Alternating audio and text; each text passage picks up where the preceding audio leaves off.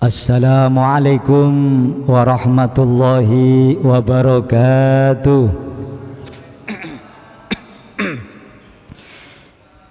Ya Rabbi bil Mustafa balligh maqasidana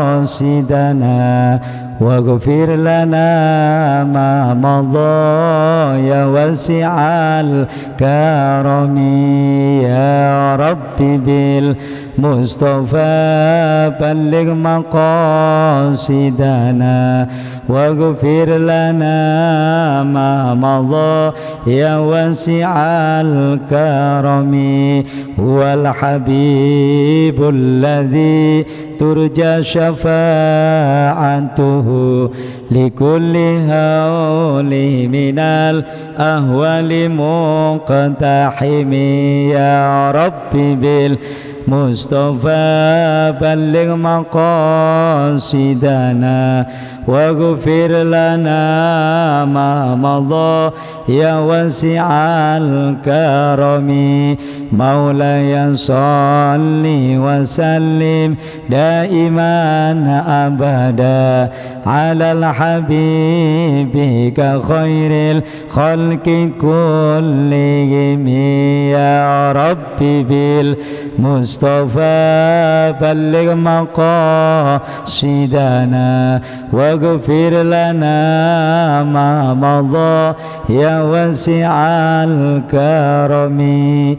Allahumma salli wa sallim wa barik alaihi wa ala ali. Bismillahirrahmanirrahim. Alhamdulillahilladzi hadana lihada wa ma kunna linahtadiya laula an hadanallah. Asyhadu an la ilaha illallah wahdahu la syarikalah wa asyhadu anna sayyidana wa nabiyyana Muhammadan abduhu wa rasuluh la nabiyya ba'dah. Allahumma salli wa sallim wa barik wa karim ala sayyidina Muhammadin sayyidil anbiya'i wal mursalin wa ala alihi wa sahbihi ajma'in. Amma ba'du. Hadratal mukarramin wal muhtaramin, para alim, para asatidzah, para muallimin, para hujjaj, wabil khusus yang sama-sama kita hormati Ketua Pengurus DKM Masjid kita, Masjid Murtadha, beliau Bapak Ustadz Haji Dzulqarnain beserta seluruh jajaran pengurus DKM yang insya Allah senantiasa dirahmati Allah Subhanahu wa ta'ala, para muallimin, para hujjaj, guru kita Bapak Kiai Haji Ahmad Yunus Al-Maliki, Bapak Haji Riyad dan juga Bapak Haji Mazi, seluruh asatidz, dan juga Bapak Ibu jamaah kuliah subuh atau taklim subuh Masjid Al-Murtadha yang insya Allah semuanya yang ada di majelis ini kita doakan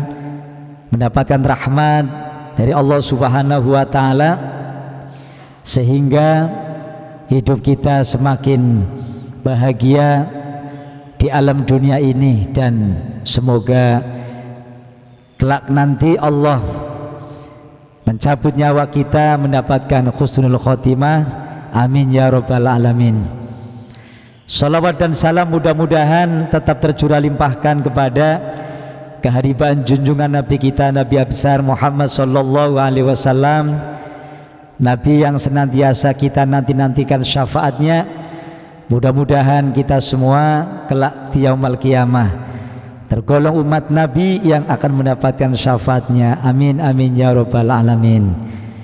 Terlebih dahulu Bapak dan Ibu, sebelum kita masuk kajian fikih, kita hadiah Fatihah kepada musonef kitab atau pengarang kitab ini.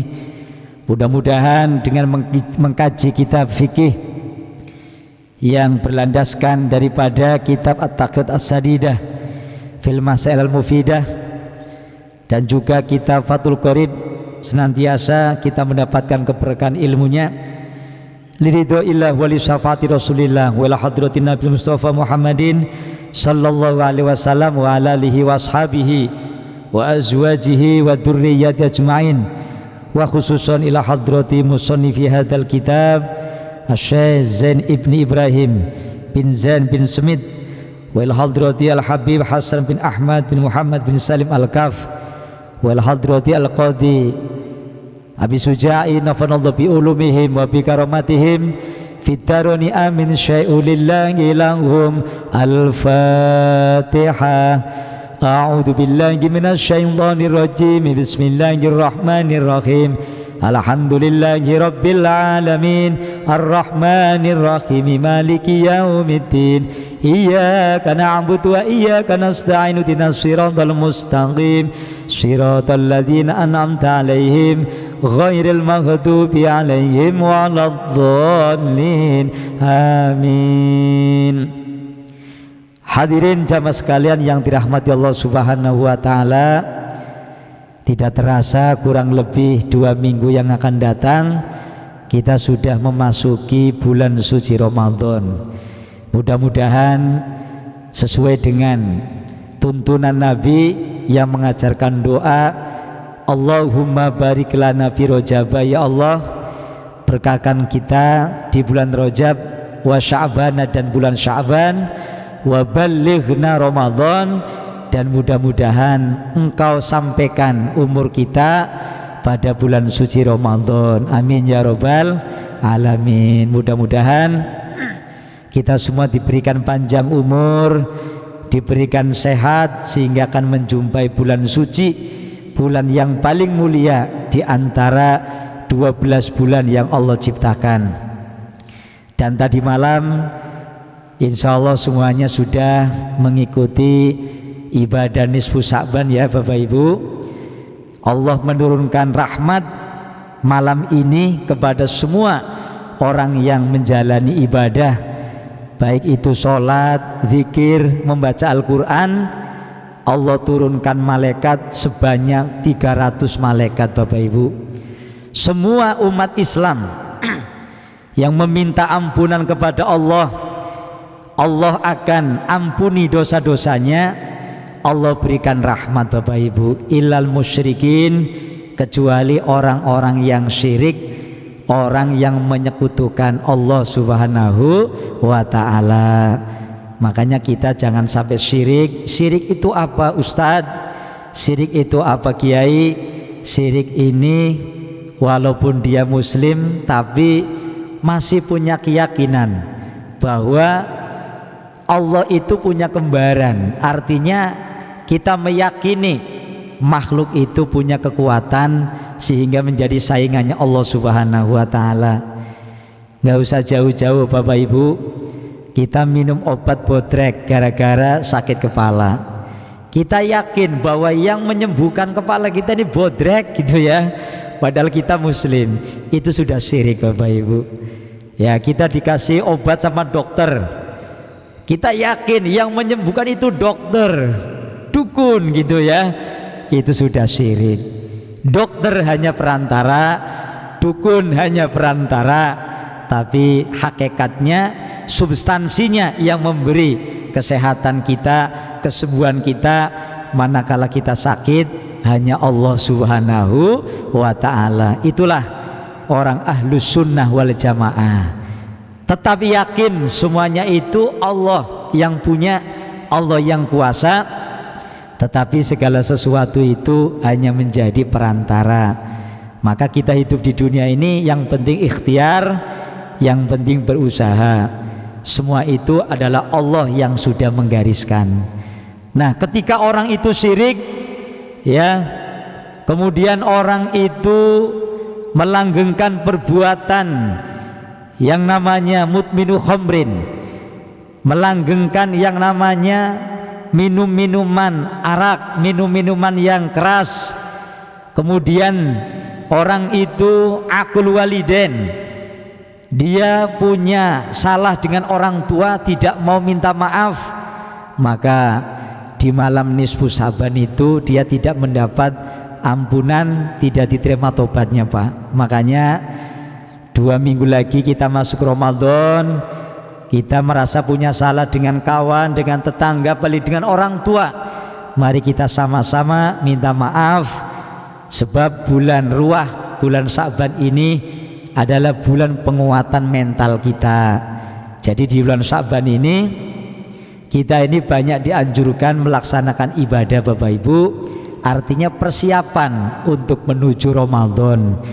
Dianjurkan banyak baca Quran supaya besok Ramadan sudah nggak kaget lagi, karena kita dianjurkan banyak membaca Al-Quran. Disuruh membanyakin ibadah sholat sunnah, bahkan puasa-puasa sunnah, supaya besok kita tidak kaget. Jadi bulan Ruah, bulan Sya'ban adalah bulan di mana kita tempat mensucikan hati kita, supaya nanti memasuki bulan Ramadan kita sudah siap. Nah, apa balasan bagi orang yang di bulan Sya'ban ini sudah persiapan, semangat, senang menghadapi bulan Ramadan Bapak Ibu? Nabi menyatakan di dalam hadisnya, dan hadis ini sudah populer di kalangan kita, ya, man fariha biduhuli ramadhana karramallahu jasadahu ala niron. Orang yang bergembira, orang yang semangat untuk menghadapi bulan suci Ramadan Bapak Ibu, jasadnya itu haram untuk menyentuh api neraka. Masya Allah. Artinya baru gembira saja Pak, baru senang, baru girang aja, itu sudah dijamin surganya. Apalagi kita mau melaksanakan ibadah-ibadah di dalam bulan suci Ramadan, puasanya, tarawehnya, baca Qur'annya, sedekahnya, ya Bapak Ibu. Ya, jadi pokoknya nikmat. Makanya kita berdoa agar kita diberikan sehat panjang umur, bisa menjumpai bulan suci Ramadan. Amin ya robbal alamin. Nah, bulan Sya'ban ini mumpung masih ada waktu 2 minggu, kita segalanya persiapan, jaga kesehatan, ya, hati kita mantapin supaya kita masuk bulan Ramadan ini betul-betul sudah siap. Hadirin yang dirahmati Allah Subhanahu wa taala, anggap saja bahwa untuk pertemuan kali ini adalah penutupan. Kata Pak Ketua DKM ini ya sekaligus tawakufan, walaupun nggak pakai baca maulid, pakai rame-rame, ya Bapak Ibu, tapi sama saja pahalanya. Kita berkumpul di sini, niat jamaah sholat, niat silaturahim, niat bertemu dengan sesama jamaah, sesama kawan, dan kita ngaji, ya, pahalanya berlipat ganda, karena ngaji ini adalah wajib Bapak Ibu, ya. Thalabul ilmi faridatun ala kulli muslimin wa muslimat. Orang Islam ini wajib ngaji, orang Islam ini wajib belajar. Selama kita hidup, selama kita masih dikasih umur oleh Allah, kita wajib ngaji. Karena manusia itu pertama pengetahuannya terbatas, dan kalaupun toh dia pernah ngaji, pernah belajar, manusia itu punya lupa. Maka ketika ngaji kita ngecas lagi. Ibaratnya kita ini lampu, ya, ini dikasih setrum biar nyala. Karena kekuatan iman itu, ya, salah satu kuncinya adalah taklim, ngaji.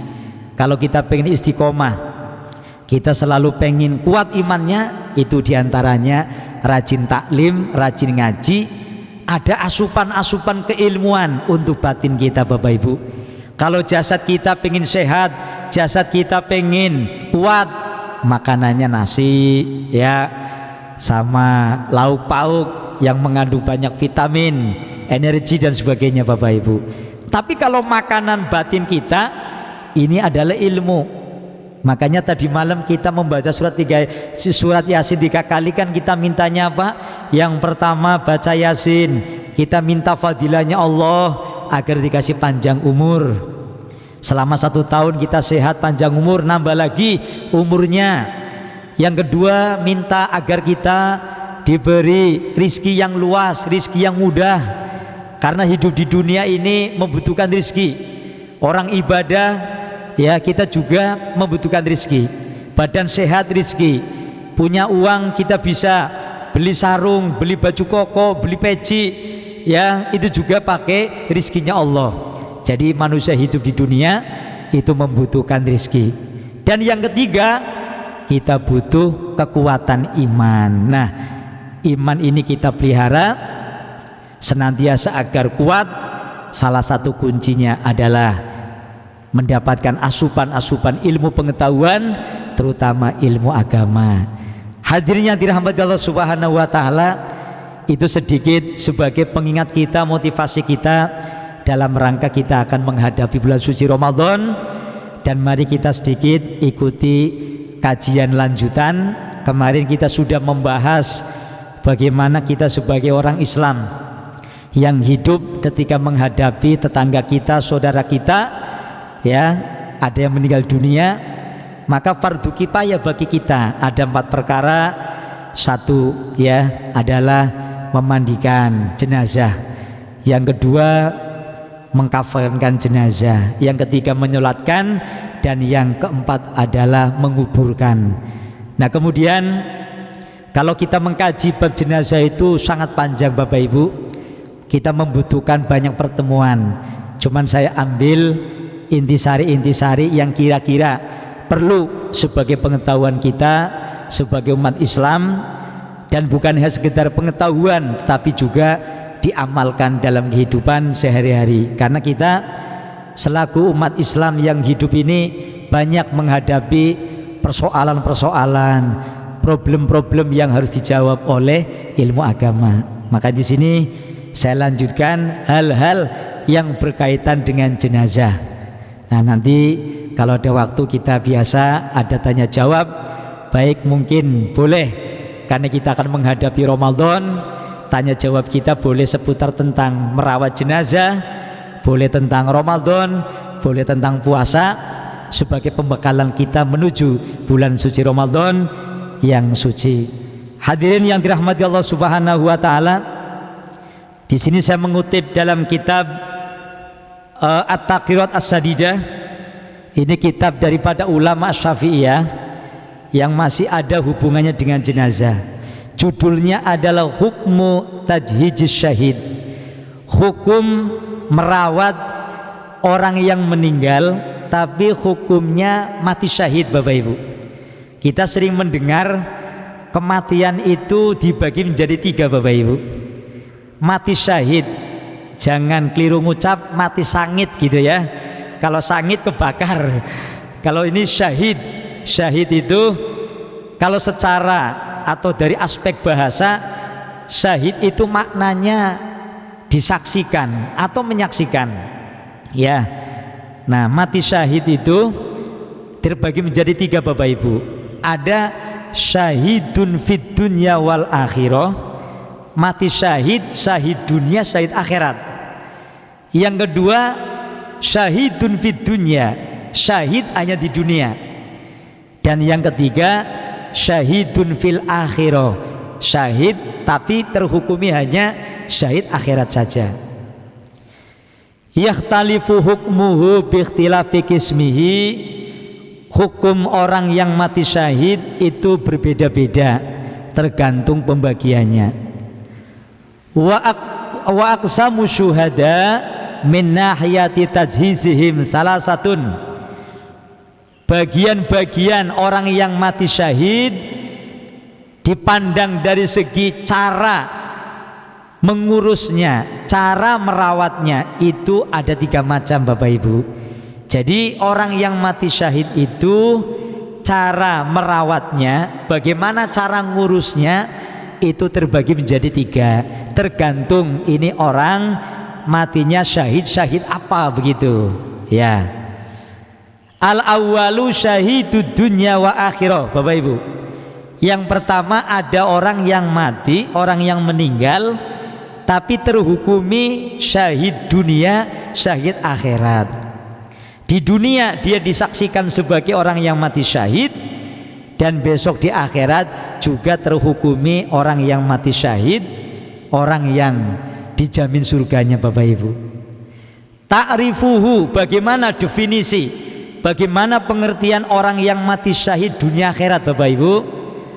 Huwa man kutila fi ma'rikatil kufari wa kanat niyatuhu i'la'a kalimatillah.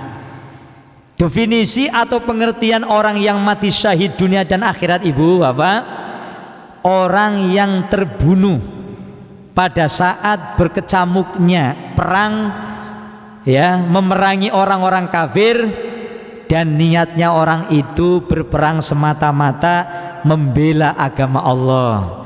Jadi gambaran orang yang mati syahid dunia akhirat begini Bapak Ibu. Dulu di zaman Kanjeng Nabi dan bisa juga di zaman sekarang, ada peperangan di mana orang itu berangkat perang, niatnya nggak ada niat karena pengen dapat gaji, tidak ada niat pengen dapat bansos, bantuan sosial namanya ya, tidak ada niat pengen dapat honor, tapi niatnya semata-mata li'i'la'i kalimatillah. Dia berangkat jihad, dia berangkat perang, membela kebenaran, membela agama Allah, tapi niatnya dalam rangka karena Allah, karena membela agama Islam. Nah, dia meninggal di situ Bapak Ibu, entah ditembak, entah tertusuk oleh tombak dan sebagainya, maka dia disebut dengan mati syahid dunia akhirat. Nah, sekarang apa sebabnya dia disebut dengan syahid dunia akhirat? Di sini ada penjelasannya. Sababu tasmiyatihi bidzalika, sebab disebutnya mati syahid dunia akhirat, li'annahu yu'ta hukmas syahid fid dunya indan nas. Karena di dunia dia diketahui, dia dikenal orang yang memang berjuang, dia dihukumi mati syahid dunia karena di dunia itu nggak berharap apa-apa Bapak Ibu. Ya, dalam pandangan manusia, dalam pandangan orang banyak, dia memang semata-mata membela agama Allah. Tidak ada niatan pengen dapat gaji, dapat duit, dapat honor dan sebagainya. Pokoknya dia berangkat sudah semata-mata Allah. Dia membawa bekal sendiri begitu. Wa kadzalika fil akhirah yuballighuhu Allahu maratibasy syuhada. Dan dia dikenal sebagai orang yang berangkat berperang ini besok, karena dia meninggal dunia di medan perang Bapak Ibu, maka di alam akhirat itu akan ditempatkan oleh Allah sebagai orang yang mati syahid, ya, dan pahalanya atau balasannya adalah jaminannya surganya Allah Subhanahu wa taala. Itulah pengertian syahidun fid dunya wal akhirah. Syahid dunia, syahid akhirat Bapak Ibu. Nah, sekarang bagaimana kalau orang yang meninggal dunia di medan perang dan dia itu tidak ada niatan apa-apa kecuali Allah, kecuali membela agama Islam? Kita lanjut. Nah, itu bagaimana cara merawatnya? Sababu adami ghuslihi, sebab tidak dimandikannya, li'ibqa'i asari li syahadatin alaihi haitsu innal husla yuzidul adamal ladzi takunu raihatuhu ka raihatil miski yaumal qiyamah. Jadi orang yang meninggal dunia karena mati syahid Bapak Ibu, ya, ini pertama tidak dimandikan karena badannya dia itu masih berlumuran darah. Nah, kalau dimandikan itu bagaikan orang puasa ketika diterik matahari, dia itu begini Bapak Ibu ya, orang yang mati dalam kondisi perang membela agama dan dia dihukumi mati syahid, ya, yang pertama begini, la yughsalu wa la yusol alaihi wa yukafanu wa yudfanu. Yang pertama, orang itu tidak perlu dimandikan dan tidak disolati juga, tapi tetap dikubur dan dirawat dengan kain kafan seperti biasa. Nah, mengapa orang itu dimandikan? Karena orang tersebut jasadnya masih berlumuran darah. Darah itu sebagai saksi. darah itu dalam pandangan Allah baunya bagaikan bau minyak misik Bapak Ibu. Memang kalau menurut manusia biasa, darah yang berlumuran pada jasadnya orang yang mati syahid, ya, ini sepertinya baunya bau tidak enak. Tapi dalam pandangan Allah ini bagaikan minyak misik yang baunya itu semerbak wanginya yang ada di surganya Allah Subhanahu wa taala. Makanya tidak perlu dimandiin dan tidak perlu disolatin karena sudah dijamin surganya Allah Subhanahu wa taala. Tapi tetap dibungkus dengan kain kafan dan juga dikubur sebagaimana umumnya manusia yang meninggal dunia.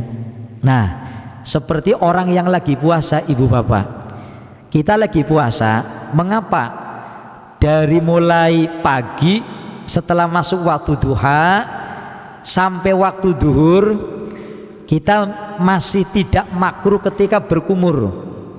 Orang kalau lagi berpuasa itu waktu duhur ke bawah itu mulutnya begitu begitu puasa, di waktu itu satu rasanya tidak pahit, yang kedua belum begitu berbau. Tapi kalau waktu duhur sampai menjelang maghrib sudah rasanya pahit, haus dan bau juga. Nah, itu dimakruhkan untuk berkumur. Kalau kita wudhu ya sudah masuk waktu duhur, baiknya nggak usah kumur. Karena apa? Ludah air yang ada di mulut kita ini dalam pandangan Allah Subhanahu wa taala itu sudah bagaikan minyak misik, maka nggak usah dikumurin, nggak usah dibuang.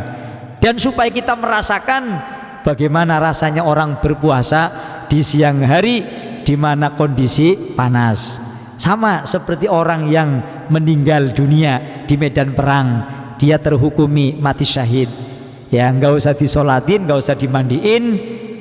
Darah yang berlumuran di jasadnya itu pertama menjadi saksi, yang kedua bagikan minyak misik yang melumuri badan dia, ya makanya tidak perlu dimandikan. Hadirin yang dirahmati Allah Subhanahu wa taala, itulah sebab-sebab daripada kenapa dia tidak perlu dimandikan. Kemudian kenapa tidak perlu disolati Bapak Ibu?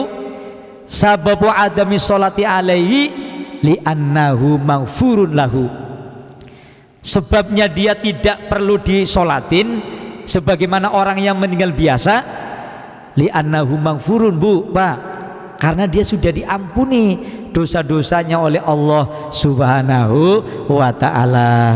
Ini bagian pertama Bapak Ibu, orang yang mati syahid, syahidnya syahid dunia dan akhirat.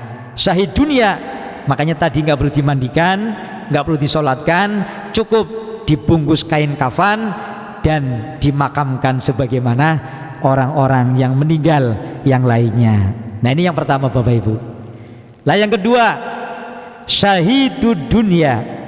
Yang kedua Pak, namanya cuman mati syahid tapi syahid dunia. Nah, seperti apa orang yang syahid, mati syahid tapi syahid dunia?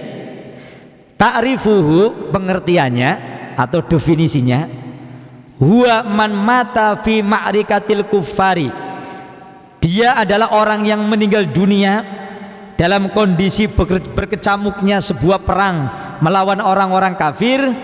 Wa kanat niyatuhu dunyawiyatan, tapi niatnya ada niat dunia Bapak Ibu. Apa contohnya? Dia memerangi orang-orang kafir, orang-orang yang memusuhi orang Islam, orang-orang yang menghancurkan dunia, orang-orang yang menzolimi orang Islam. Dia perang, dia berangkat membela orang Islam, tapi bukan semata-mata pertama ya niat karena membela agama Islam, kemudian hanya mencari ridho Allah, tapi ada bintik-bintik niat dunia Bapak Ibu. Contohnya kanailil ghonaim, dia pengen mendapatkan harta-harta jarahan.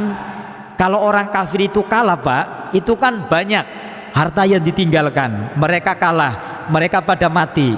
Maka kalau ibarat orang sekarang, mobil ditinggal, motor ditinggal, lahan mereka ditinggal, punya sawah, punya pekarangan ditinggal, maka menjadi barang jarahan bagi orang Islam. Itu boleh diambil dan dikuasai oleh orang Islam.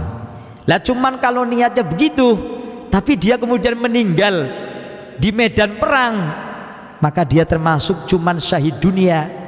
Karena dia memang kelihatannya membela agama, kelihatannya, tapi ada niat untuk mendapatkan harta.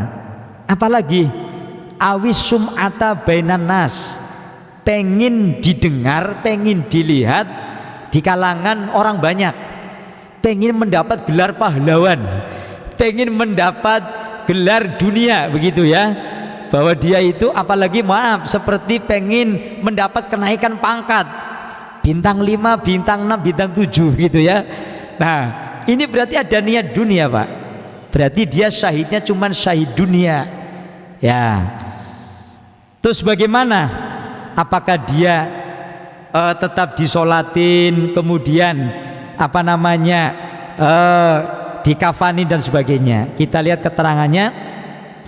Sababu tasmiyatihi bidzalika, sebab dinamakan dengan syahid dunia, li annahu yu'ta hukma syahidi fil ahkami ad-dunyawiyah wala yu'ta martabata syuhada'i yaumal qiyamati bisababi niyatihi dunyawiyah. Kenapa dia disebut dengan syahid dunia Bapak Ibu? Karena dia cuma disaksikan sebagai orang yang mati syahid, syahid dunia, dan tidak mendapat martabat, tidak mendapat tingkatan seperti orang-orang yang mendapatkan mati syahid akhirat ya.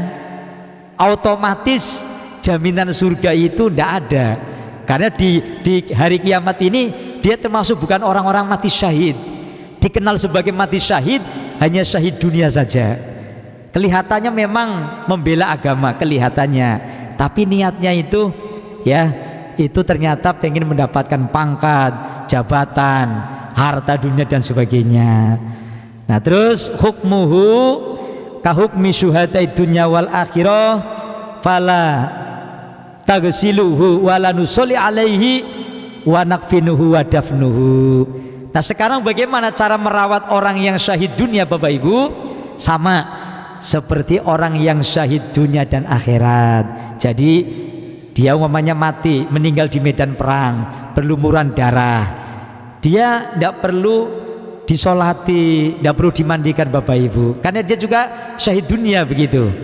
Tapi tetap dikafanin, kemudian dia itu dikubur, dipendam sebagaimana orang-orang meninggal dunia yang lainnya. Yang membedakan bahwa syahidnya cuma syahid dunia, tidak tercatat sebagai syahid akhirat, maka tidak ada jaminan, istilah kata, pasti surganya begitu, karena dia ada niat duniawi ya Bapak Ibu.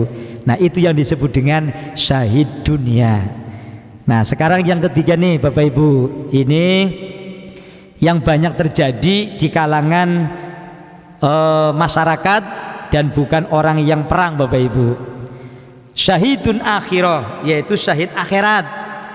Dia itu di dunia kelihatannya bukan orang yang perang membela agama, bukan, tapi dia mendapat martabat di akhiratnya itu termasuk orang-orang yang mati syahid Bapak Ibu. Orang mati syahid itu jamnya surga ya, itu diterangkan dalam kitab-kitab. Ketika mereka mati syahid ya, itu surga balasannya, karena dia betul-betul orang yang sudah lillahi ta'ala. Nah siapakah orang yang syahid akhirat? Wahum kasirun, mereka banyak Bapak Ibu. Ausolahum ba'duhum ila sab'in. Sebagian ulama itu menyampaikan bahwa orang-orang yang statusnya syahid akhirat itu sebenarnya sampai 70 macam orang yang mati syahid akhirat Bapak Ibu. Ya, contohnya di sini hanya sebagian Bapak Ibu. Kaman kutila duna malihi au nafsihi au irdihi. Orang yang meninggal dunia, dia membela hartanya ya, sampai dia mati Bapak Ibu. Maaf, ada orang kaya tapi muslim yang taat, kena rampok begitu. Ada rampok, ada bergajul, ada pencuri dan segala macam lah. Dia mengancam, dia orang baik. Nah, dan dia itu akan mengancam hartanya. Karena dia melawan, maka dia mati, ya. Nah, itu demi membela apa namanya harta, dan dia punya niatan harta itu untuk kebaikan, dia membela untuk kebaikan, maka dia mati, hukumnya syahid akhirat. Nah, dia diurus seperti biasa, ya, disolati, dimandikan, disolati, dikafanin, dikubur seperti biasa. Au nafsihi, atau dia mati karena membela dirinya sendiri, Bapak Ibu. Dia orang baik tapi dia aniaya, ya, mungkin maaf lagi sholat, naudzubillah, tiba-tiba dibunuh, ya. Atau begini, dia itu lagi sholat, tiba-tiba ada penjahat. Nah, lagi zikir, ada penjahat, dia melawan untuk membela dirinya agar dia itu apa namanya selamat, tapi dia ternyata terbunuh, maka dia karena membela dirinya demi kebaikan, maka dia termasuk syahid akhirat. Nah, dia itu tetap seperti orang meninggal biasa, ya, dimandikan, ya, disolatkan, dikafkankan, ya, kemudian apa namanya seperti orang-orang yang meninggal, sebagaimana dia itu apa namanya pada umumnya. Au irdihi, atau dia mempertahankan nama baik, dalam arti kata nama baik untuk dirinya dan orang banyak, itu juga termasuk tergolong, ya, dia termasuk orang baik, dizolimi, ya, sampai kemudian terbunuh, maka kemudian dia meninggal dunia. Apalagi contohnya wal mabtun, orang yang terkena serangan penyakit perut, Bapak Ibu. Orang baik-baik, tapi ini dalam tanda kutip orang baik, ya Bapak Ibu, orang soleh, ya, rajin sholat, ya, taat kepada Allah, orang takwa lah. Nah, tiba-tiba kena penyakit perut. Nah, maka dia ketika sakit perutnya itu kemudian sampai mengancam kematian, Bapak Ibu, maka dia termasuk mati syahid.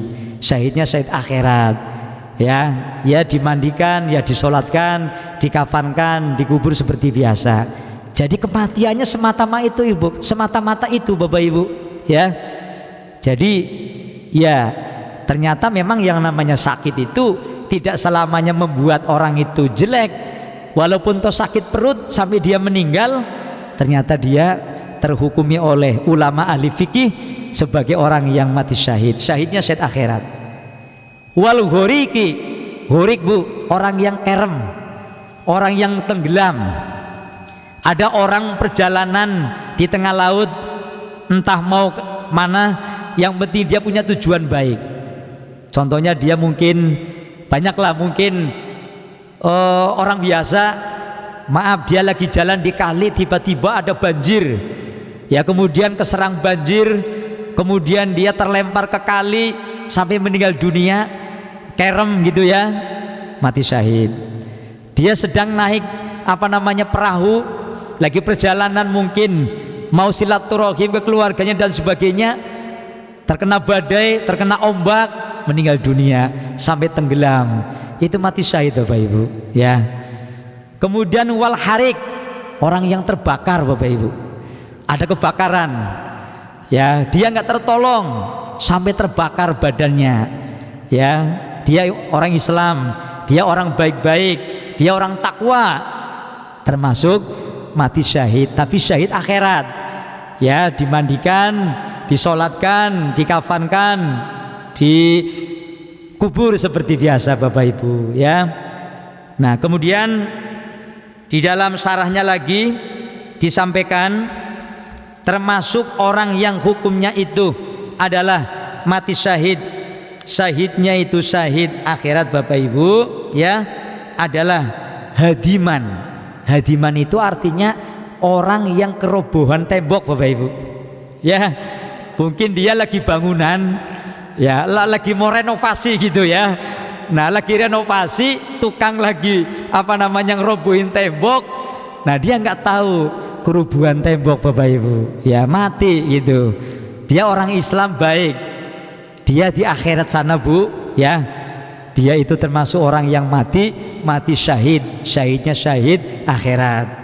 Nah, ada lagi Bapak Ibu, wa ghoriban, ghorib ini orang hilang Bapak Ibu, ya. Dia mungkin bingung mau pulang, keder, mau pulang bingung, lama-lama dia nggak tahu mengembara kemana sampai meninggal dunia. Ghorib, ya, itu juga kalau dia tidak tertolong akhirnya mati, ya. Nah, itu hukumnya juga mati syahid. Dengan catatan orang soleh ya Bu ya, bukan orang tukang bacok, bukan penjahat begitu. Nah, itu Bapak Ibu. Kemudian wal maktulu zulman, orang yang terbunuh karena terzolimi, ya. Jadi dia nggak salah, dia orang baik-baik saja, tiba-tiba di tengah jalan dibacok, ya, kena sasaran begitu. Nah, wal madlumu wal maktulu zulman, ya, itu termasuk mati syahid Bapak Ibu. Ada lagi Bapak Ibu. Kemudian wal mayyitu fi zamani taun. Taun ini termasuk COVID-19 itu ya. Taun ini penyakit wabah Bapak Ibu. Ya, suatu ketika suatu negeri, suatu daerah terserang kena penyakit wabah. Bahasa modern kemarin ya, dengan bahasanya kedokteran COVID-19. Orang yang meninggal semata-mata karena COVID, dengan catatan dia orang muslim, orang baik, orang soleh, orang yang takwa, kena COVID Bapak Ibu, maka di akhirat itu mendapat pangkat syahidun fil akhirah, ya. Mandinya tetap biasa, dimandikan, disolatkan, kemudian apa lagi, dikubur, ya, disolatin seperti biasa. Tapi di akhirat sana itu termasuk mendapat martabat mati syahid. Masya Allah Bapak Ibu ya, itu yang taun.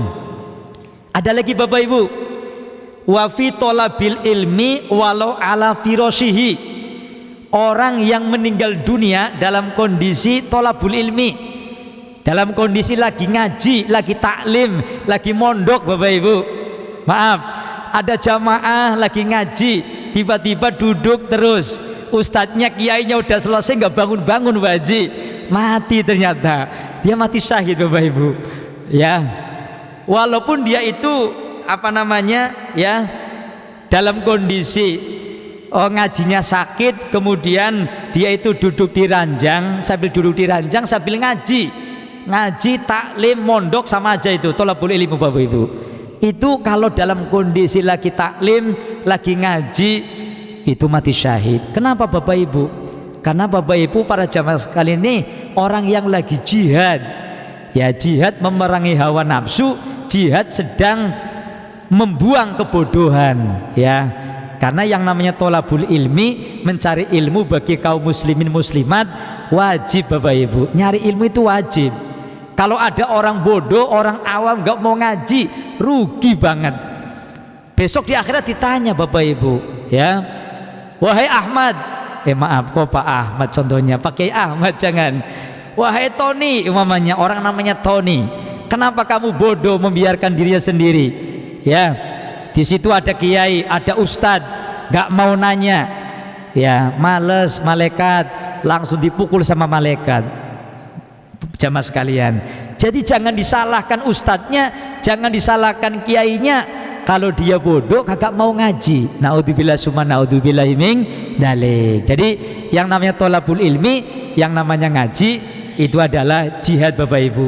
Makanya andaikan meninggal dunia di tempat dalam kondisi lagi ngaji, lagi taklim, itu terhukumi adalah mati syahid. Ada lagi Pak Kiai, Pak Haji, jamaah sekalian, wal mayyitu, ya, iskon, mati dalam kondisi jatuh cinta yang sangat gitu Bapak Ibu, ya.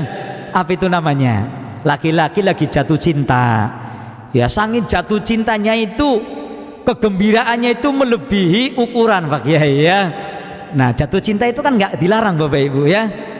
Jadi maaf, ada orang miskin jatuh cinta sama orang kaya, ya nggak dilarang. Orang kaya jatuh cinta sama orang miskin, ya nggak dilarang.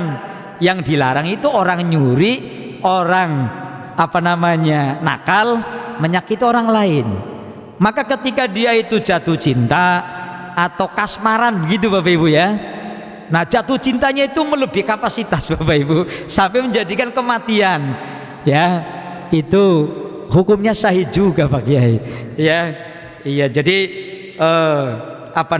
syahid fil akhirah begitu. Makanya maaf, Allah itu kan ngelarang kita Bapak Ibu, kalau kita lagi seneng jangan terlalu seneng, ya kalau lagi sedih, lagi susah, ya jangan terlalu susah Bapak Ibu. Ada kan Bapak Ibu orang pengen jadi presiden gitu kan, terlalu mabuk pengen mendapat jabatan, begitu ya mau dilantik saking senengnya jadi gubernur, saking senengnya jadi bupati, mati Bapak Ibu, saking senengnya, saking girangnya itu melebihi kapasitas Bapak Ibu. Ya makanya kan Allah itu ngingetin kita, kalau Anda sedang senang jangan terlalu senang, kalau lagi benci ya jangan terlalu benci. Ya siapa tahu orang yang kamu benci malah berbalik kamu cintai. Siapa tahu itu orang yang sangat kamu cintai malah berbalik menjadi musuh, kemudian Anda itu benci. Itu jangan. Nah hadirin yang dirahmati Allah Subhanahu wa Ta'ala, maka hidup kita ini disuruh yang sedang-sedang saja. Nah begitu Bapak Ibu. Hadirin yang dirahmati Allah Subhanahu wa Ta'ala, jadi itu syahid akhirat Bapak Ibu ya. Jadi mati syahid ada 3 macam. Nah yang syahid akhirat tadi contohnya sudah banyak sekali, dan itu banyak terjadi ya di kalangan kita, walaupun dia bukan termasuk orang-orang yang berperang. Nah tambahan lagi Bapak Ibu, hal-hal yang berkaitan dengan jenazah, hal-hal yang berkaitan dengan mengubur mayit dan sebagainya. Masa ilu fidafni, persoalan-persoalan di dalam kubur Bapak Ibu. Nah yang pertama Bapak Ibu, ini sebagai wawasan kita ya, entah itu bapak maupun ibu, karena ini berlaku keduanya. Yundabu ayam kusa jama'atun ba'da dafni yas'aluna lahu at-tasbits wa yastaghfiruna lahu. Maaf, kalau kita lagi takziah, kalau kita lagi ngiring jenazah, kan Bapak Ibu suka nih tetangganya, kerabatnya, saudaranya meninggal, kita ini takziah bukan sekedar di rumah ya Pak Kiai, Pak Haji, jamaah sekalian, tapi kita ini ikut mengantarkan jenazah ke kuburan, ke kober begitu. Lah kalau jenazah ini sudah dikubur, apa Bapak Ibu yang disunahkan bagi kita? Maka kita disuruh diem Bapak Ibu ya. Ayam kusa jama'atun ba'da dafni, kalau mayit sudah masuk ruang landak, kita justru diem dan disunahkan wa yastaghfiruna lahu, minta ampunan untuk ini si mayit Bapak Ibu. Karena apa? Setelah dia dipendem Bapak Ibu, kan dia lagi siap-siap 7 langkah setelah orang yang takziah, mengiring atau mengantarkan jenazah ke kuburan, ini bakalan didatengin malaikat yang akan bertanya begitu. Maka Bapak Ibu disunahkan doain biar dia itu bisa menjawab pertanyaan. Betul apa betul? Ya, kayak orang ujian nasional Bapak Ibu, kalau nggak bisa menjawab itu masih mending, lilenya merah. Lah kalau di alam kubur nggak bisa menjawab man robuka, nggak bisa, nggak pernah nyebutin kata Allah, la ilaha illallah saja nggak pernah, wa man nabiyuka nggak bisa, siapa nabimu, ngomong Muhammad aja susah. Nah bisa menjawab Allahu Rabbi Muhammadun Nabiyyi, karena di dunia terbiasa ngomong la ilaha illallah, la ilaha illallah Muhammadur Rasulullah. Kebiasaan ini Bapak Ibu itu akan sampai di alam barzah. Orang yang mulutnya ya bakhil, pelit, berengkiwit, nggak mau baca tahlilan, itu jangan sampai kemudian malaikat nanya itu bakalan bisa jawab. Naudzubillah summa naudzubillah min dzalik. Wong ilmu saja kita harus diulang-ulang biar kita itu tidak lupa, apalagi besok di alam kubur dia nggak bisa menjawab pertanyaan malaikat, karena di alam dunia nggak biasa nyebut kalimat la ilaha illallah dan sebagainya. Makanya begitu dikubur, kita yang hidup, kita yang takziah baca istighfar gitu Bapak Ibu. Nah yang kedua Bapak Ibu, yakhrumu dafusnaini min jinsaini biqobrin wahidin haitsu la mahromiyata. Ya, hukumnya haram kalau ada orang laki dan perempuan ya jenisnya berbeda dan tidak ada mahram dikubur dalam satu kuburan Bapak Ibu. Ya, itu ndak boleh. Tapi kalau ada mahram ya itu baru boleh. Makanya kan di kalangan kita ada orang meninggal dunia Bapak Ibu ya, kakeknya meninggal, tanahnya sempit, mau di tanah yang lain nggak kuat bayar umpamanya, maka kemudian ditumpuk. Kalau mahram ndak apa-apa walaupun beda jenis. Tapi kalau bukan jenis ya bukan apa-apanya jangan, kan gitu. Ya, kita tunggu keterangan berikutnya. Kemudian yukrahul julusu ala qabrin muslimin. Kita ndak boleh dudukin kuburannya orang Islam Bapak Ibu. Kalau kita lagi takziah kan orang duduk-duduk di kuburan nih. Jangan dudukin kuburan orang. Hukumnya apa? Hukumnya itu yukrahu, makruh. Bapak maupun Ibu, kalau mau duduk di tanah biasa yang di bawahnya itu tidak ada mayatnya, ya makruh ya Pak Kiai. Wawat dan menginjaknya, ya. Makanya kalau kita lewat di kuburan kan harusnya milih-milih Bapak Ibu. Ya kuburan yang bagus ada jalannya, biar kita nggak nginjek-nginjek kuburan orang. Menginjak kuburan orang, menduduki kuburan orang hukumnya makruh ya. Wal ittika walaihi, kemudian condong ini maknanya ya ada kalanya kita melihat kuburan terlalu lama ya, itu juga hukumnya makruh.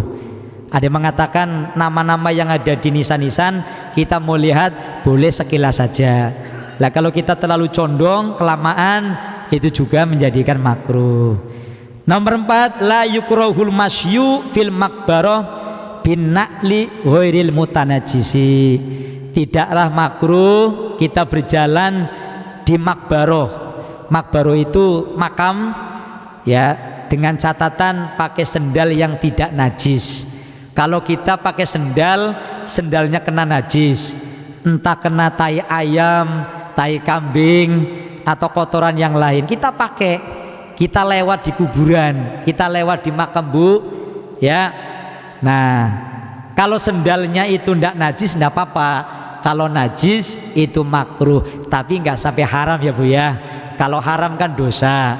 Kalau makruh ini berarti tidak beretika lah, nggak punya adab, nggak punya akhlak. Karena orang-orang yang ada di kuburan juga perlu dihormati Bapak Ibu.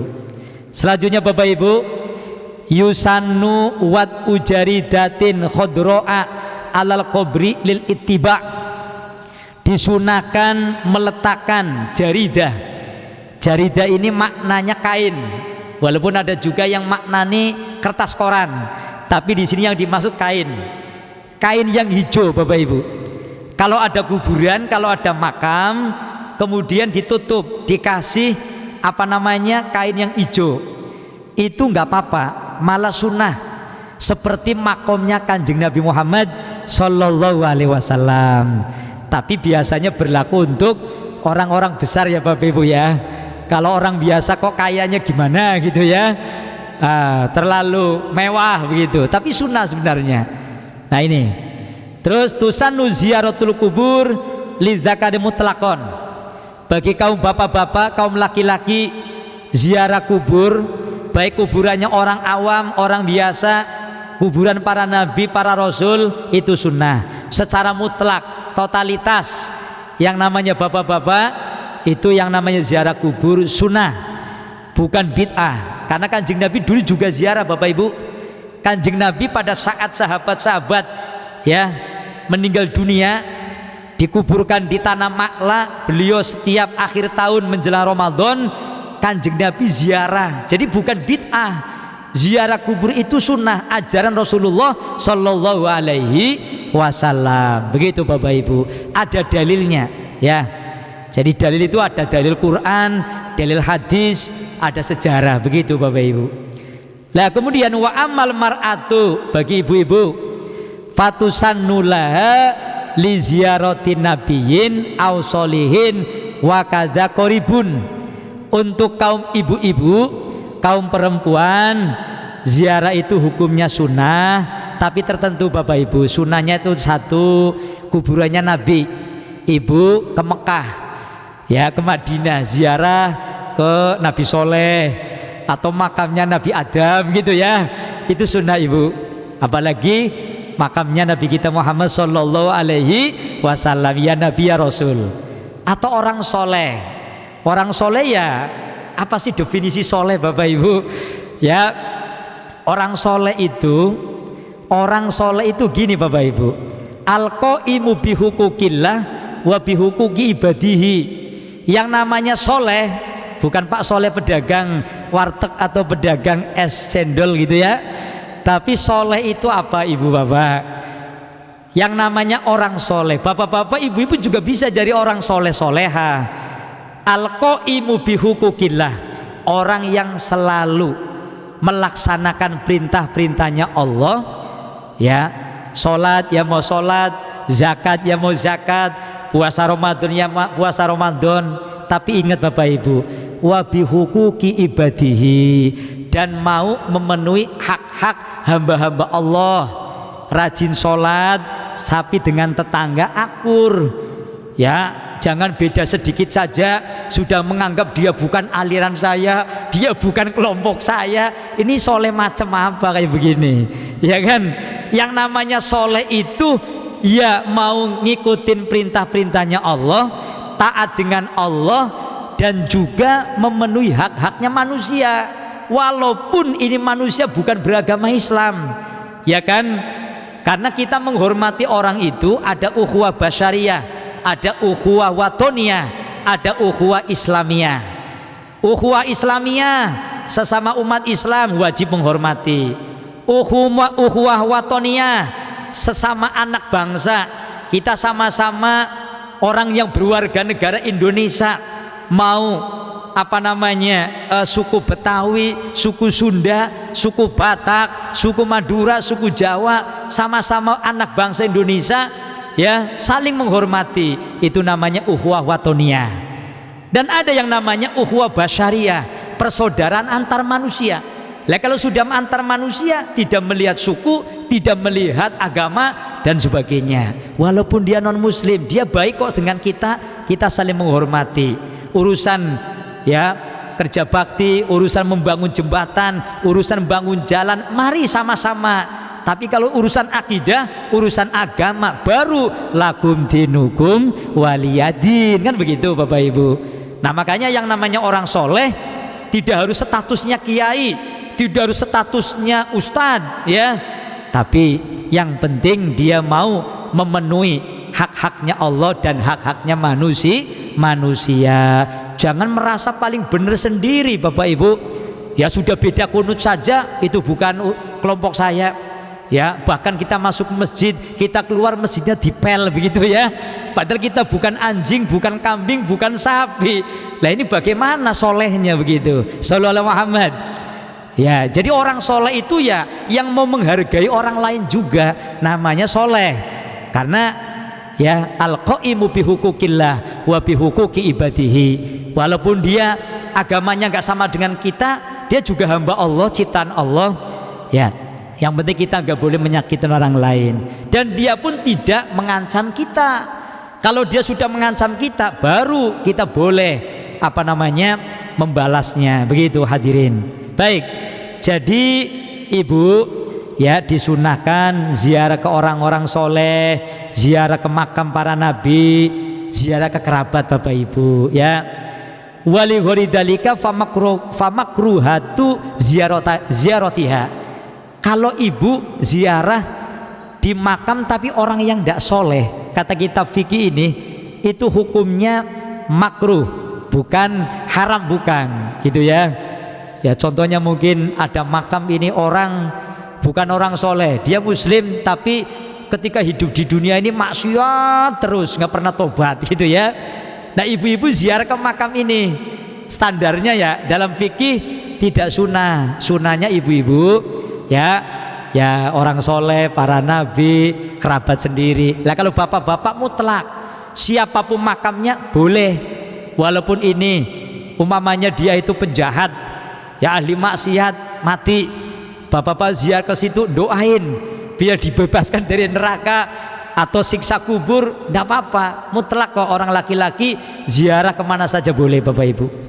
Hadirin yang ke-8, yahrumu naklul mayyiti li ghairil baladil ladzi mata fihi illa idza kana bi qurbi makkata awil madinati au baitil maqdisi au ghariya min maqabir sulaha fala yahrumu bal yusannu. Jadi sebenarnya hukum memindahkan mayat yang bukan negara di mana dia meninggal dunia. Dia meninggal dunia di Indonesia, tapi mau dipindahkan ke negara lain yang bukan dekat Mekah, dekat Madinah, dekat Baitul Maqdis, atau bukan dekat kuburan-kuburan orang soleh, ya itu hukumnya tidak boleh. Fala yakrumu bal yusannu, tetapi ya sunnah saja. Jadi pada intinya kita memindahkan makam itu harus ada tujuan yang baik. Kalau memang tujuannya untuk menyelamatkan jenazah itu ke tempat lain supaya jenazah itu terawat, jenazah itu di sana akan dirawat dengan baik, ya enggak apa-apa. Ada ya Bapak Ibu, keluarganya kaya raya, beli tanah khusus makam yang ada di Kerawang itu kan hebat ya. Jadi tapi sama kok Bu, walaupun makamnya harganya satu kotak itu harganya 50 juta dengan makam yang harganya 2 juta ya, itu bukan berarti yang 50 juta 100 juta di makamnya ada AC-nya, kan nggak ada ya Pak ya, nggak ada AC-nya. Sama di alam kubur itu tergantung amal ibadah. Nah baik, yang ke-9 yang terakhir ya itu apa namanya, halatun nafsil mayyit. Jadi gini Bapak Ibu, ini saya singkat-singkat saja karena waktu sudah menunjukkan hampir 6:30, insya Allah 5 menit kelar. Ada makam-makam yang perlu dibongkar Bapak Ibu. Halatu nafsil mayiti, kondisi-kondisi mayit yang perlu dibongkar. Nah apa saja? Ini macamnya banyak Bapak Ibu. Yajibu fi halatin katsiroh nadhkuru minha tis'atan, ada 9 macam di mana makam ini harus dibongkar. Karena pada dasarnya ibu bapak, orang kalau sudah meninggal dunia nggak boleh dibongkar. Tapi ada pengecualian. Yang pertama Bapak Ibu, lil husli idza lam yatahoyar idza dufina biduni huslin fayajibu nabsuhu li huslihi litasihas sholatu alaihi. Yang pertama ibu bapak, kalau ada mayit mungkin maaf pada waktu mau dikubur itu tidak tahu apakah itu sudah dimandikan apa belum. Kalau sudah diyakini bahwa ini makam, ternyata ini mayit ternyata belum dimandikan Bapak Ibu, selama jenazahnya belum berubah, belum bau, belum rusak Bapak Ibu, maka wajib dibongkar, dimandikan lagi dan disolatin supaya sholatnya sah. Ini yang pertama Bapak Ibu. Emang ada Ustadz? Ya bisa jadi ada Ibu Bapak ya. Ulama jelasin berarti mungkin bisa terjadi. Yang kedua, litaujihin lil kiblati ai idza dufina ghairu muwajjihi lil kiblat. Yang kedua Ibu Bapak, ada jenazah, ada mayit yang pada saat dikubur ternyata tidak menghadap kiblat. Mungkin yang kubur itu nggak ngerti. Setelah ditanya, loh tadi makamin bapaknya mukanya menghadap kemana? Ke timur. Loh kok ke timur gitu ya? Dia nggak pernah nonton orang makamin jenazah Bapak Ibu. Wajib dibongkar Ibu ya. Jadi makanya kan maaf, orang kayak gitu harus yang ngerti kan Bapak Ibu ya. Kalau ternyata mayatnya belum menghadap kiblat, wajib dibongkar dan dibetulin arahnya, begitu Bapak Ibu ya. Yang ketiga Ibu Bapak, lil mali, karena harta, idza tufina ma'ahu wa in qala wa illam yutalab bihi sahibuhu ya fayubasu ila idza samaha. Begini Ibu Bapak, Kalau ada mayat sudah dikubur tapi membawa harta, walaupun dia tidak sengaja membawa harta, namanya orang udah mati, pada saat ngubur, maaf, yang ngubur bawa HP, HP-nya jatuh di kuburan.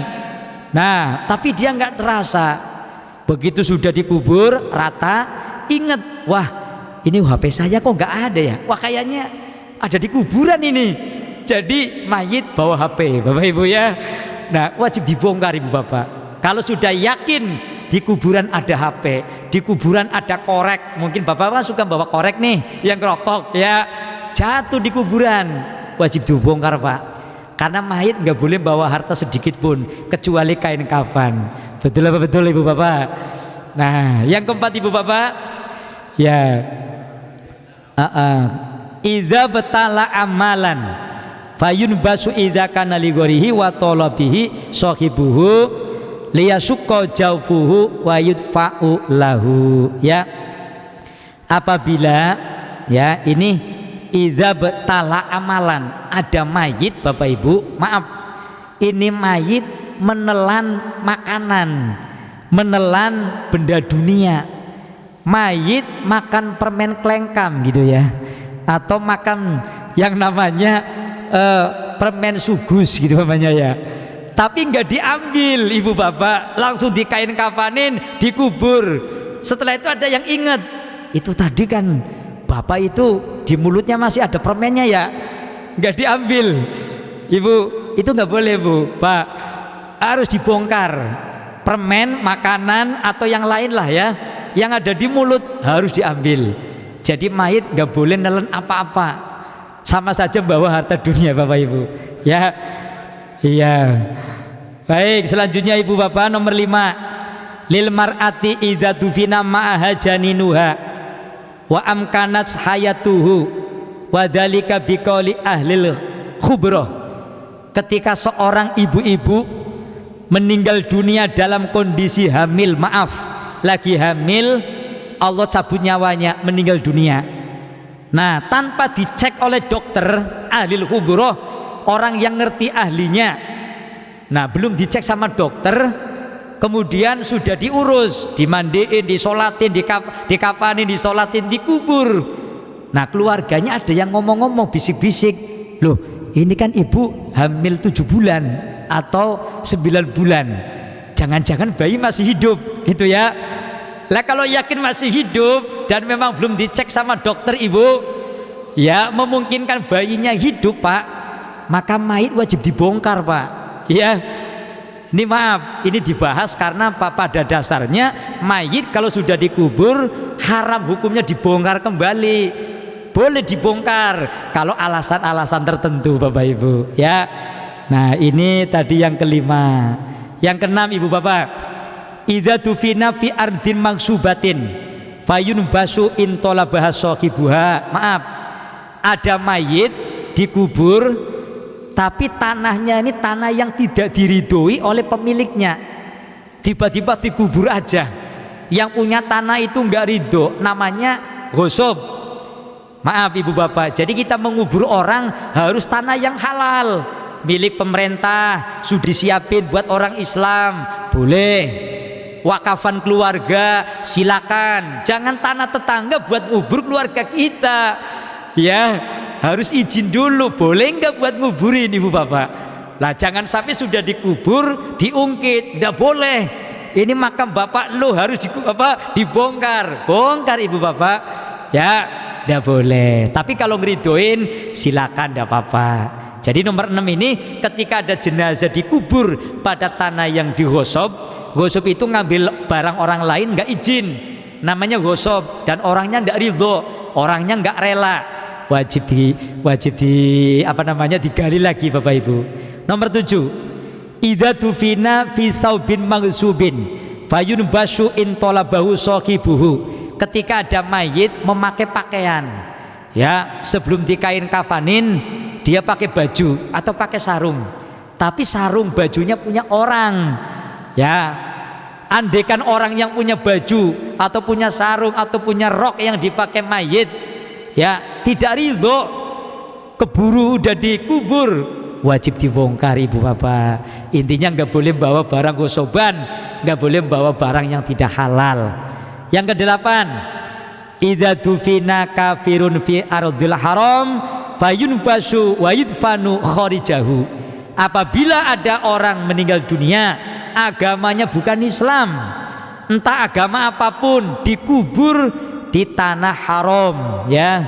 Nah, tanah haram ini, tanah haram bisa tanah Mekah atau kuburannya orang Islam yang sebenarnya itu bukan haknya orang non muslim, tiba-tiba dikubur di situ saja, boleh dibongkar ibu bapak. Kan udah dipetak-petakin, ya kan. Di Jakarta kan pemakaman umum ya, TPU nih makam orang Islam, ini makam orang Kristen, orang Hindu, Buddha dan sebagainya. Itu sudah diatur sama pemerintah, ya ikutin sesuai dengan aturan yang ada. Yang terakhir ibu bapak, idza khifa nafsuhu fayunbasu wa yudfanu fi ardin aminah. Kalau memang ada orang dikubur tapi ternyata dikubur di suatu tanah yang tidak aman. Tidak aman contohnya apa? Ini tanah mungkin sering kena gusuran orang yang dolim. Ini lahan yang gak aman lah buat orang Islam. Keluarganya khawatir, boleh ibu bapak, ya keluarga kita yang sudah meninggal ambil, digali, dipindahkan ke tanah yang aman, tanah yang halal, ya, yang kita ini ketika doain juga enak. Wallahu a'lam bishawab. Itu saja ibu bapak, ini bab tentang hal-hal yang berkaitan dengan jenazah, dengan kematian sudah selesai. Kalau mau mengkaji ya banyak sekali bapak, ibarat orang kuliah memerlukan 3 semester begitu bapak ya. Nah, ini cukuplah intinya saja. Dan tadi di awal sudah ada motivasi Ramadan. Mudah-mudahan kita semuanya mendapat ilmu yang barokah, yang manfaat. Amin ya robbal alamin. Sudah tengah 7:03, silakan kalau masih ada pertanyaan ya. Baik hadirin sekalian, jamaah sekalian, setelah disampaikan materi oleh guru kita, ada yang mau bertanya? 2 pertanyaan saja ya Bapak Ibu, karena kita mengingat waktu juga. Silakan Pak Haji Marsono. Makasih. Assalamualaikum warahmatullahi wabarakatuh. Waalaikumsalam warahmatullahi wabarakatuh. Sebelumnya saya mohon maaf Ustadz, ini saya hanya minta klarifikasi aja. Tadi di awal penjelasan tentang jenazah di kitab ini yang mati syahid dunia akhirat, iya. Itu kan enggak dimandikan, enggak disolatkan, tapi masih saya dengar tadi masih dikafankan gitu Ustadz ya. Iya. Tapi saya baca di kitab yang lain juga nggak usah dimandikan, nggak usah disolatkan, nggak usah dikafankan, dikuburkan apa adanya. Ya ini katanya melihat waktu hadis Nabi itu zaman perang Badar gitu Ustaz itu. Mohon klarifikasi ya Ustaz. Terima kasih. Siap. Ya baik, terima kasih Pak Haji. Jadi yang dimaksud begini, tidak wajib disolatkan dan juga dimandikannya bagi orang mati syahid. Memang secara fikih bahasanya tidak wajib ya Pak Haji.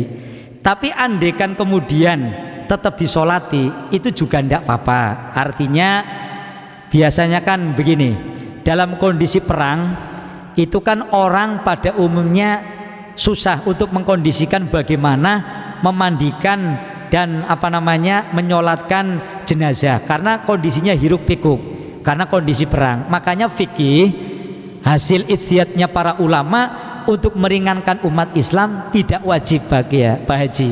Tapi andaikan tetap dilaksanakan, ia disolati, ia dibandikan, tidak apa-apa Pak Haji, ya tidak apa-apa. Cuma tadi kan ada alasan, ketika dimandikan maka darah-darahnya itu kan sebagai saksi begitu.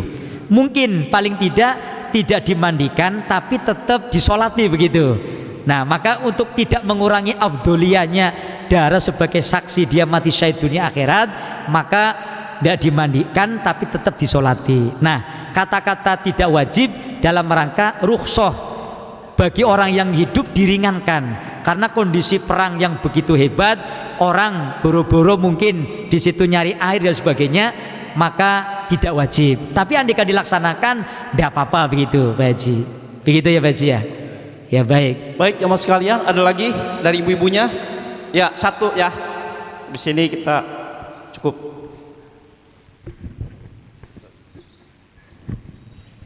Assalamualaikum warahmatullahi wabarakatuh. Waalaikumsalam warahmatullahi Pak wabarakatuh. Kiai, ini ada beberapa orang yang meninggal mati syahid.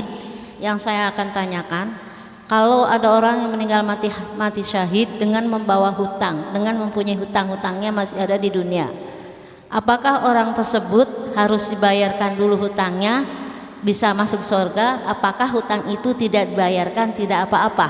Oh, iya. Demikian pertanyaan saya, terima kasih. Ya, baik Ibu, terima kasih. Ya, ini bisa juga lari kepada syahid akhirat Ibu Haji ya. Nah, memang hukum daripada orang mati syahid itu jaminannya surga. Nah, tetapi bagi keluarganya tetap Ibu Haji jadi wajib melunasi hutang-hutang bagi yang meninggal. Nah, kalau dia utangnya itu belum lunas, ini dalam keterangan lain, maaf Ibu Bapak, orang yang meninggal dunia masih membawa hutang itu ditahan. Dia itu cara mengembalikannya besok di akhirat itu menggunakan amal ibadah dia. Makanya kita ini kalau punya utang harus cerita kepada keluarga, karena ketika keluarga nanti sudah membebaskan, maka ini si mayit adalah bebas dari utang piutang. Nah, mohon maaf Ibu Haji, Bapak Haji, yang namanya surga kan hak vetonya Allah begitu ya. Ketika ini orang mati syahid kemudian masih punya hutang, maka kalau maaf nih, kan kalau surga neraka kan Allah yang menjamin ya. Jadi secara hitung-hitungan, andekan mau dimasukin ke surga, masih menunggu bagaimana keluarganya ini mau melunasi utang-utangnya atau tidak.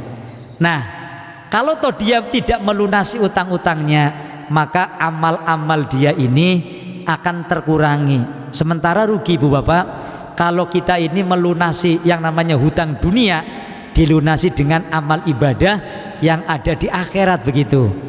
Makanya mohon maaf Ibu, bisa jadi masuk surga tapi kelas surganya itu beda dengan yang tidak punya utang. Karena ada Ibu Haji, ada sebuah mimpi dari seorang ulama itu begini.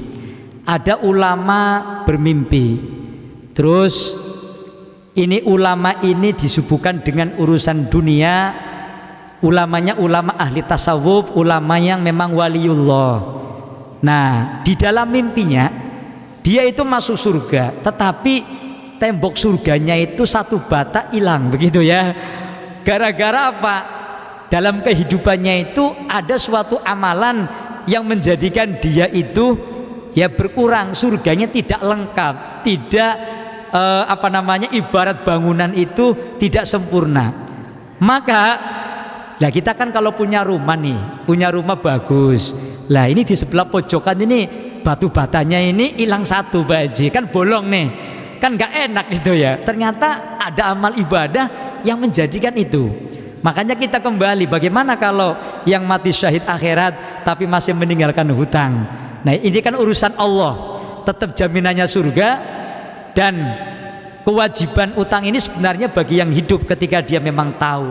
Tapi kalau memang gak tahu sama sekali, dia meninggalkan hutang, maka menurut satu riwayat utang ini akan dibayarkan dengan pahalanya dia yang meninggal kepada orang yang menghutanginya. Nah, urusan surga Bu Haji, kalaupun toh dikasih surga, yang mungkin Ibu Haji yang harusnya dikasih surga yang nomor 2 atau nomor 1, dia dikasih mungkin yang nomor 4 atau nomor 5. Ini kalau hitung-hitungan akal kita Bu Haji.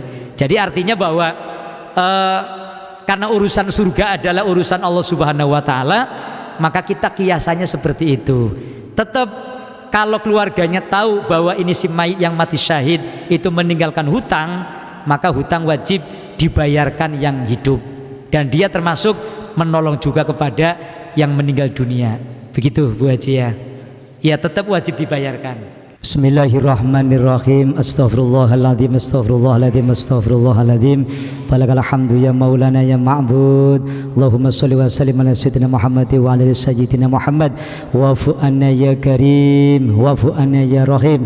Irhamna bi rahmatikal wasi'ah. Allahumma bihaqqil fatihah wa bisiril fatihah wa bi karamatil fatihah wa bi mu'jizatil fatihah. Allahumma barik lana fi ta'limina wa barik lana li ulumina wa barik lana li auladina wa barik lana li dzurriyyatina wa li ahlina. Allahumma ya Allah barik lana fi sya'ban wa ballighna Ramadan, barik lana fi sya'ban wa ballighna Ramadan, barik lana ya Allah fi sya'ban wa ballighna Ramadan bi rahmatika ya arhamar rahimin. Da'wahum biya subhanakallahumma wa tahiyyatuhum fiha salam wa akhiru da'wahum anil hamdulillahi rabbil alamin. Qabul. Allahul muwaffiq ila aqwamit thoriq. Assalamualaikum warahmatullahi wabarakatuh.